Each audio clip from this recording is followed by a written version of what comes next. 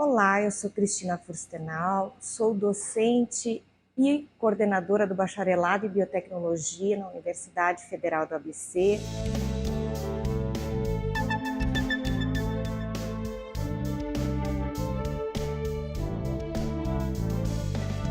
Aqui na UFABC, eu comecei a interagir com uma professora em especial que já trabalhava com um modelo de lesão renal aguda, tá? Em camundongos, tá? Que causa uma inflamação sistêmica geral. E aí ela trabalha com a parte de avaliar coração, etc. E aí eu comecei a pensar em avaliar então os vasos sanguíneos nesse modelo inflamatório, sempre com o foco nos componentes da sinalização purinérgica. No ano passado, eu aprovei o meu primeiro projeto regular pela FAPESP, então recebo financiamento da FAPESP para realizar minha pesquisa aqui, né? E a gente vem fazendo o quê? Vou dar um breve spoiler aí, porque são resultados ainda iniciais, né? A pesquisa está em andamento, mas a gente faz, então, essa lesão renal aguda, esse modelo de lesão renal aguda, através da interrupção do fluxo sanguíneo do rim esquerdo por 1 hora, por 60 minutos, lá no camundongo. O rim direito continua recebendo sangue normalmente, né? E essa 1 hora de interrupção do fluxo sanguíneo, ela já é suficiente para causar diversos danos, não só no rim, como também em órgãos distantes dessa isquemia. E a gente avalia, então, a aorta, que é o principal vaso sanguíneo nosso, né, do nosso corpo. A gente sabe que os vasos sanguíneos, eles transportam sangue e oxigênio para todas as células do nosso corpo, né, e dessa forma comunicam todos os órgãos, né. Então a gente queria saber se mesmo aquela 1 hora de lesão renal aguda lá no rim poderia impactar um vaso distante, um leito vascular distante, como é a aorta, 8 dias, 15 dias depois de acontecido esse evento. Mas por que isso é importante, né? Em que contexto que eu vou ter uma lesão renal aguda no meu dia a dia aí? Muitas vezes a gente tem pequenas lesões renais aí e nem se dá conta, né? Mas quando a gente tem uma infecção do trato urinário, por exemplo, né?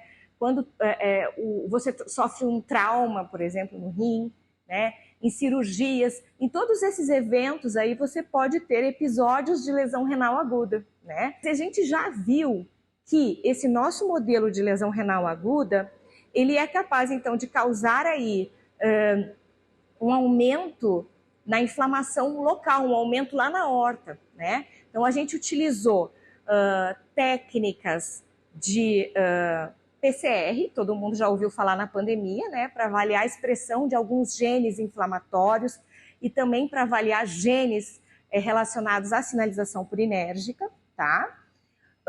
Então a gente viu que mesmo só com 1 hora de lesão renal aguda, 8 e 15 dias depois aquela aorta está inflamada, né? E além disso que as ectinonucleotidases também estão impactadas, tá? Mas eu não vou poder falar mais sobre isso porque a gente ainda precisa realizar mais alguns experimentos. O que eu gostaria ainda de falar é que a gente utiliza, então, basicamente modelos animais aqui no laboratório Camundongos, tá? Utilizamos modelos celulares, então cultivo de células in vitro, em placa, né? Utilizamos as análises de biologia molecular, então análise de expressão gênica através de PCR, análise de expressão proteica através de Western blotting, né? Utilizamos análises bioquímicas, em que a gente mede a atividade de enzimas, né? Por exemplo, nesses modelos aí, é importante que a gente avalie a função do rim para ver se realmente ele foi acometido. Então a gente faz, por exemplo, dosagem bioquímica de ureia e creatinina, que são marcadores da função renal, né? Também temos uma parte de análise morfofuncional das aortas e de outros tecidos, né? Então a gente utiliza para isso metodologias histológicas, colorações, lâminas histológicas, né? E um equipamento que é específico para avaliar a função do vaso. Esse equipamento é chamado de banho de órgãos, e lá a gente consegue avaliar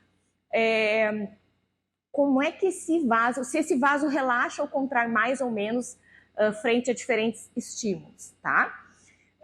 Basicamente são essas as nossas metodologias, né? Essa é a nossa linha de investigação. Então nós estamos interessados em qualquer modelo aí inflamatório que possa impactar no sistema cardiovascular, né, para investigar a contribuição da sinalização purinérgica, né? E se alguém então tiver interesse, né, hoje eu estou orientando um aluno de mestrado e estou orientando 4 alunos de iniciação científica e temos espaço também para mais pós-graduandos. Então quem tiver interesse, eu fico à disposição, pode entrar em contato comigo.